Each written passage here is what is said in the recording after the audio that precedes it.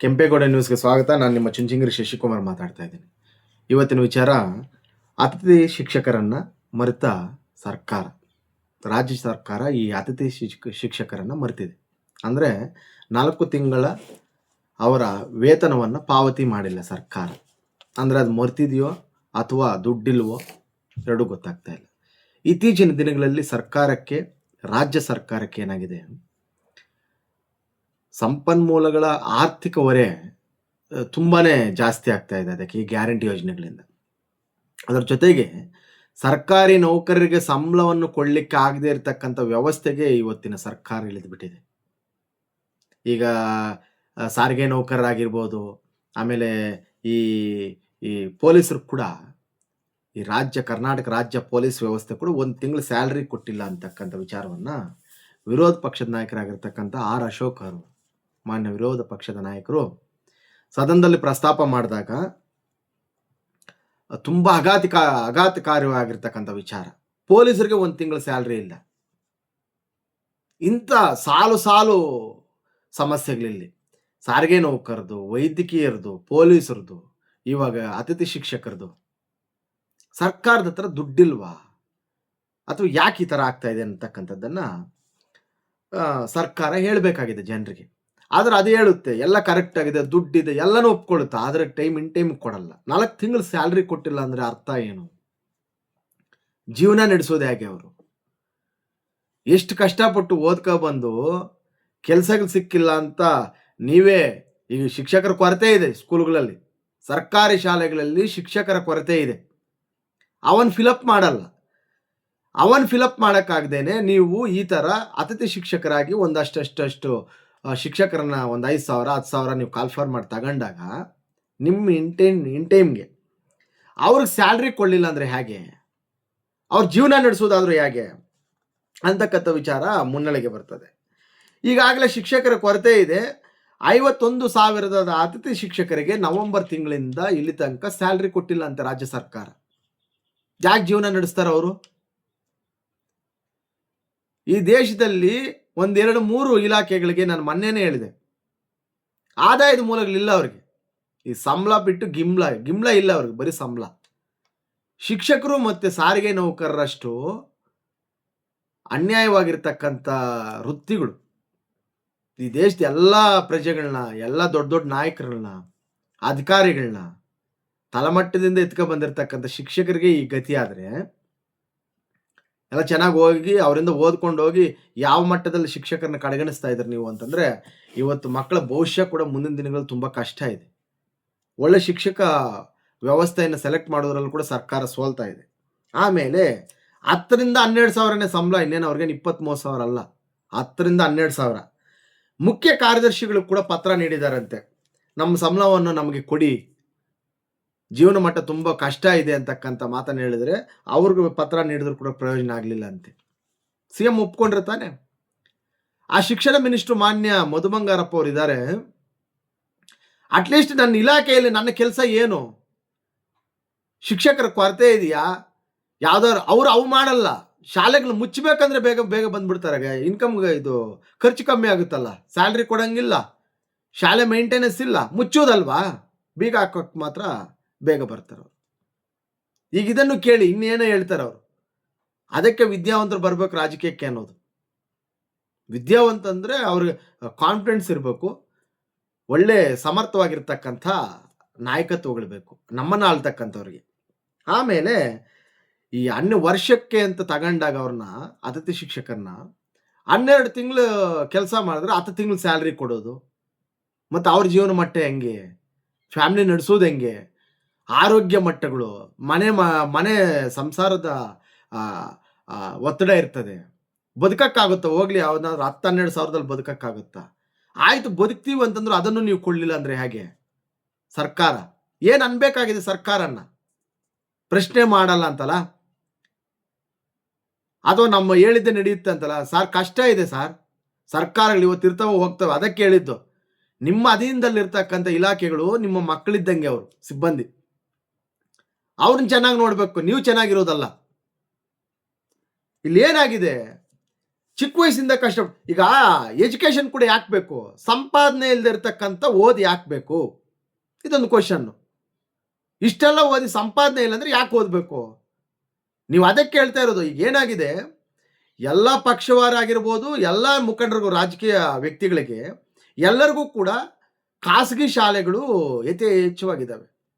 ಎಲ್ಲ ಪಕ್ಷ ಒಂದೊಂದಲ್ಲ, ಎಲ್ಲ ಪಕ್ಷಗಳು ಅವರ ಒಂದು ಆದಾಯವನ್ನು ಹೆಚ್ಚಿಸಿಕೊಳ್ಳಲಿಕ್ಕೆ ಸರ್ಕಾರಿ ಶಿಕ್ಷಣದ ಗುಣಮಟ್ಟವನ್ನು ಕಡಿಮೆ ಮಾಡಿ ಶಿಕ್ಷಕರಿಗೆ ಈ ಥರ ಕಾಟ ಕೊಟ್ಟು ಆ ಪ್ರೈವೇಟಲ್ಲಿ ಅಲ್ಲಿ 8ಕ್ಕೆ 6,000ಕ್ಕೆ 5,000ಕ್ಕೆಲ್ಲ ಹೋಗ್ತಕ್ಕಂಥ ಪಾಪ ಶಿಕ್ಷಕರಿದ್ದಾರೆ ಅಲ್ಲಿ. ಅವ್ರದ್ದು ಇನ್ನೂ ದೊಡ್ಡ ಗೋಲ್ ಅವ್ರದ್ದು. ಇವರ ಶಾಲೆಗಳಲ್ಲೇ ಇವ್ರವೇ ಎಲ್ಲ ರಾಜಕೀಯ ಮುಖಂಡರುಗಳಿಗೆ ಶಾಲೆಗಳು, ಕಾಲೇಜುಗಳು ಇರ್ತಕ್ಕಂಥದ್ದು. ಮೊದಲಿತ್ತು 7ನೇ ಕ್ಲಾಸ್ ಪಬ್ಲಿಕ್ ಇತ್ತು, 10ನೇ ಕ್ಲಾಸ್ ಪಬ್ಲಿಕ್ ಇತ್ತು, 12ನೇ ಕ್ಲಾಸ್ಗೆ ಪಬ್ಲಿಕ್ ಇತ್ತು. ಈಗ ಪಬ್ಲಿಕ್ ಎಕ್ಸಾಮ್ ಮಾಡಲ್ಲ, ಪಾಸ್ ಮಾಡ್ಬೇಕಷ್ಟೆ. ಅವರೇ ಪಾಸ್ ಮಾಡ್ತಾರೆ. ಯಾಕೆ? ಇವ್ರು ಬದುಕಬೇಕಲ್ಲ. 5ನೇ ಕ್ಲಾಸ್ಗೆ, 6ನೇ ಕ್ಲಾಸ್ಗೆ, 7ನೇ ಕ್ಲಾಸ್ಗೆ ಫೇಲ್ ಮಾಡಿದ್ರೆ, 10ನೇ ಕ್ಲಾಸ್ಗೆ ಫೇಲ್ ಮಾಡಿದ್ರೆ ಅವನು ಹೆಚ್ಚುವರಿ ಸ್ಕಿಲ್ ಕಲ್ತ್ಕೊಂತಾನೆ. ದನ ಮೇಯಿಸ್ತಾನೆ, ಕರು ಮೇಯಿಸ್ತಾನೆ, ಹಸು ಮೇಯಿಸ್ತಾನೆ, ಕುರಿಗಳು ಮೇಯಿಸ್ತಾನೆ, ಕೋಳಿ ಮೇಯಿಸ್ತಾನೆ. ಆದಾಯದ ಮೂಲಗಳನ್ನ ಕಂಡ್ಕೊಂಡ್ಬಿಡ್ತಾನೆ ಅವನು. ಇವ್ರು ಹಂಗೆ ಮಾಡಲ್ಲ. ಅವನು ಉದ್ಧಾರ ಆಗ್ಬಾರ್ದಂತಲೇ ಫೇಲ್ ಮಾಡ್ತಕ್ಕಂಥ ವ್ಯವಸ್ಥೆಯನ್ನು ತೆಗೆದಾಕಿದ್ದಾರೆ ಸರ್ಕಾರದಲ್ಲಿ. ಏನು ಉದ್ಧಾರ ಮಾಡ್ತಾ ಇದ್ದೀರಾ ನೀವು? ಗುಲಾಮ ಶಿಕ್ಷಣ ಇದು. ಈಗಿರ್ತಕ್ಕಂಥ ಶಿಕ್ಷಣದ ವ್ಯವಸ್ಥೆ ಗುಲಾಮಗಿರಿದು ಇದು. ನನಗೆ ಗೊತ್ತಿದ್ದಂಗೆ ಬ್ರಿಟಿಷರ ಶಿಕ್ಷಣ ಚೆನ್ನಾಗಿತ್ತು. ಬ್ರಿಟಿಷರ ಎಜುಕೇಶನ್ ತುಂಬ ಚೆನ್ನಾಗಿತ್ತು. ನನಗೆ ಭಾರತದ ಇವತ್ತು ಎಜುಕೇಶನ್ ವ್ಯವಸ್ಥೆ ಇದೆಯಲ್ಲ, ಇದರಷ್ಟು ಅಧ್ವಾನ ಯಾವುದೂ ಇಲ್ಲ. ನಮ್ಮ ಮಕ್ಳು ಇನ್ನೇನೋ ಮಾಡ್ತಾರೆ ಅಂತ ಓದಿಸಿ ಅವ್ರು ಸಾಯ್ತಾ ಇದ್ದಾರೆ.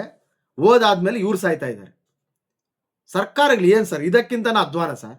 ಕೊಡೋದು 10-12 ಸಾವಿರ ಸಂಬಳ ನೀವು ನ್ಯಾಯವಾಗಿ ತಿಂಗಳಿಗೆ ಹಾಕ್ಲಿಲ್ಲ ಅಂದ್ರೆ ಅವ್ರು ಹೆಂಗೆ ಬದುಕ್ತಾರೆ?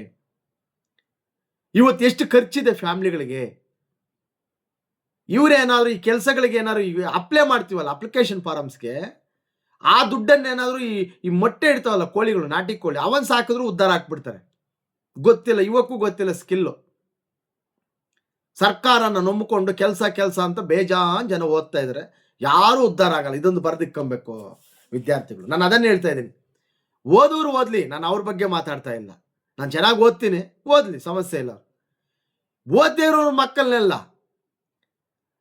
ಪಾಸ್ ಮಾಡಿ ಇವರ ಶಿಕ್ಷಣ ಸಂಸ್ಥೆಗಳು ತುಂಬಿಸ್ಕೊಂಡು ದುಡ್ಡು ಮಾಡಲಿಕ್ಕೆ ಅವರಲ್ಲಿರ್ತಕ್ಕಂಥ ಹೆಚ್ಚುವರಿ ಸ್ಕಿಲ್ಲನ್ನು ಕೂಡ ಹಾಳು ಮಾಡಿ ಏಜ್ ಲಿಮಿಟ್ ದಾಟಿ ಏನು ಉದ್ಧಾರ ಮಾಡಕ್ಕಂತ ಓದ್ತಾ ಇದ್ದಾರೆ. ನೀವು ಯಾಕೆ ಓದಬೇಕಾಗಿದೆ ಅಂತಕ್ಕಂಥ ಪ್ರಶ್ನೆ ಸ್ಟಾರ್ಟ್ ಆಗಿದೆ ಈಗ. ಯಾಕೆ ಓದಬೇಕಾಗಿದೆ? ಅದೊಂದು 12 ತಿಂಗಳು ಕೆಲಸ ಮಾಡಿಸ್ಕೊಂಡು 10 ತಿಂಗಳು ಸ್ಯಾಲ್ರಿ ಕೊಟ್ಟು ಅವ್ರ ಸೇವಾವಧಿ ಮುಗಿದ ಮೇಲೆ, ಅತಿಥಿ ಶಿಕ್ಷಕರ ಸೇವಾವಧಿ ಮುಗಿದ ಮೇಲೂ ನೀವು ಸ್ಯಾಲ್ರಿ ಕೊಡಲಿಲ್ಲ ಅಂದ್ರೆ ಅವ್ರು ಯಾರ ಹತ್ರ ಇಸ್ಕೊಂತಾರೆ? ಗಾರೆ ಕೆಲಸ ಮಾಡೋರ ಮೇಲೆ ನನಗೆ ಗೊತ್ತಿದ್ದಂಗೆ ಈವ್ನಿಂಗ್ ಅಷ್ಟೊತ್ತಿಗೆ ಅಮೌಂಟ್ ಕೊಡ್ತಾರೆ ಅವ್ರ ಕೈಗೆ. ಗಾರೆ ಕೆಲಸ, ಈ ಸಿಮೆಂಟ್ ಕೆಲಸ ಮಾಡ್ತೀವಲ್ಲ, ಸಾಯಂಕಾಲ ಅಷ್ಟೊತ್ತಿಗೆ ದುಡ್ಡಾಗುತ್ತೆ. ಯಾಕೆ ಓದಬೇಕಾಗಿದೆ ಇಷ್ಟು?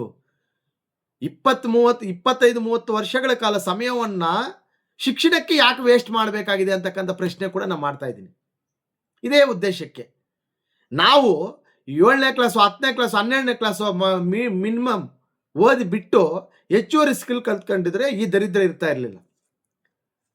ಪೊಲೀಸರಿಗೆ ದುಡ್ಡಿಲ್ಲ, ಕೊಡ್ತಾ ಇಲ್ಲ ಅಂತೆ. ಇವ್ರಿಗೆ ಯಾವ ಸ್ಪಿರಿಟ್ ಬರುತ್ತೆ ಹೇಳಿ? ನಿಮ್ಗೆ ಎಷ್ಟು ಪ್ರಾಬ್ಲಮ್ಸ್ ಇದೆ. ಎಲ್ಲ ದುಡ್ಡಿಂದ ಏನಲ್ವಾ ನಡೀತಾ ಇರೋದು? ಅದೊಂದು. ಆಮೇಲೆ ಗ್ರಾಮೀಣ ಭಾಗದಲ್ಲಿ ಶಿಕ್ಷಣದ ವ್ಯವಸ್ಥೆ ಕುಸಿತಾ ಇದೆ. ಮಟ್ಟ ಅದರದ್ದೇನಂತೀವಿ ನಾವು, ಗುಣಮಟ್ಟ, ಶಿಕ್ಷಣದ ಗುಣಮಟ್ಟ ಕುದೀತಾ ಇದೆ. ಶಿಕ್ಷಕರ ಕೊರತೆ ಇದ್ದಾಗ ಈ ಅತಿಥಿ ಶಿಕ್ಷಕರನ್ನು ತಗೊಂಡೋಗಿ ನಾವು ಬಿಡ್ತಕ್ಕಂಥದ್ದು. ಇವ್ರು ಮಾಡೋ ಪಾಠಗಳಿಂದ ಏನೋ ಒಂದಷ್ಟು ವಿದ್ಯಾರ್ಥಿಗಳು ಕಲ್ತ್ಕೊಂಡು ಅಟ್ಲೀಸ್ಟ್ ಒಬ್ಬ ಯಾವುದೋ ಒಂದು ಸಬ್ಜೆಕ್ಟ್ ಶಿಕ್ಷಕರೇ ಇಲ್ಲ, ಅತಿಥಿ ಶಿಕ್ಷಕರು ಬಂದು ಪಾಠ ಮಾಡ್ತಾ ಇದ್ದಾರೆ ಅಂತ ಹೇಳ್ಬಿಟ್ಟು ಮಕ್ಕಳು ಓದ್ತಕ್ಕಂಥದ್ದು. ಈಗ ಅದನ್ನು ಹಾಳು ಮಾಡಿದ್ರಿ. ಈಗ ಇವರು 4 ತಿಂಗಳು ಸ್ಯಾಲ್ರಿ ಕೊಟ್ಟಿಲ್ಲ ಅಂದ್ರೆ ಇವ್ರಿಗೆ ಯಾವ ಹುಮ್ಮಸ್ಸು ಇರ್ತದೆ? ಅವ್ರಿಗೆ ಎಷ್ಟು ಸಮಸ್ಯೆಗಳಿದಾವೆ. ಶಿಕ್ಷಣ ಮತ್ತೆ ಸಾರಿಗೆ ನೌಕರಿ ಅಂತಕ್ಕಂಥದ್ದು ದರಿದ್ರ ಇಲಾಖೆಗಳು ನನಗೆ ಗೊತ್ತಿದ್ದಂಗೆ.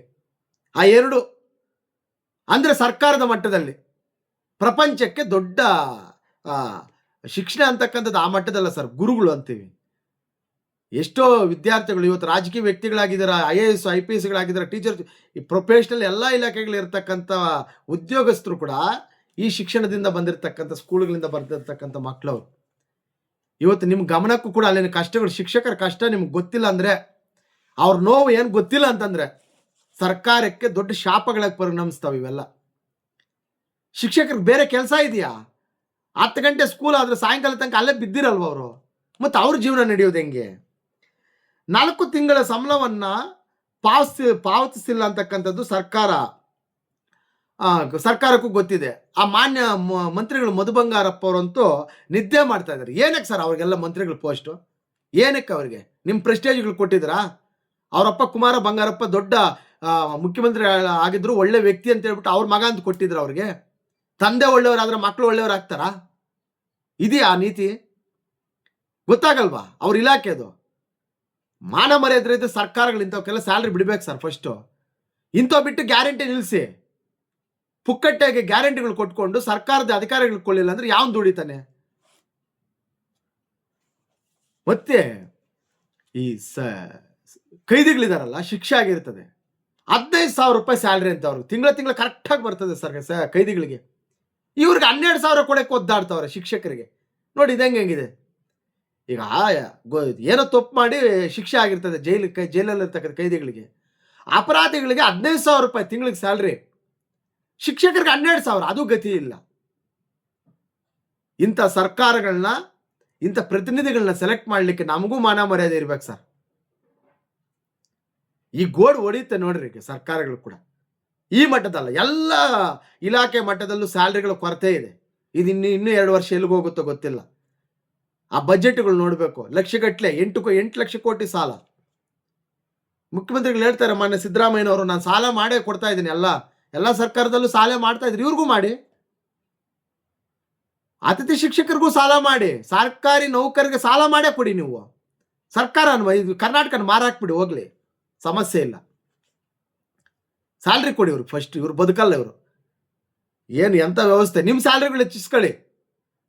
ಮಂತ್ರಿಗಳದು, MP ಗಳದು, ಇದು MLAಗಳದು ಯಾರನ್ನೂ ಕೇಳಬೇಡಿ. ನಿಮ್ಮಷ್ಟಕ್ಕೆ ನೀವೇ ರೈಸ್ ಮಾಡ್ಕೊಳ್ರಿ ನಿಮ್ಮ ಸ್ಯಾಲ್ರಿಗಳು. 2 ಲಕ್ಷ, 3 ಲಕ್ಷ, 10 ಲಕ್ಷ ಮಾಡ್ಕೊಳ್ಳಿ, ನಿಮ್ಗೆ ಪ್ರಾಬ್ಲಮ್ ಇರಲ್ಲ, ಇನ್ನೂ ಚೆನ್ನಾಗಿರ್ತದೆ. ಇವ್ರು ಮಾತ್ರ ಕೊಡಬೇಡ್ರಿ ಇವ್ರಿಗೆ.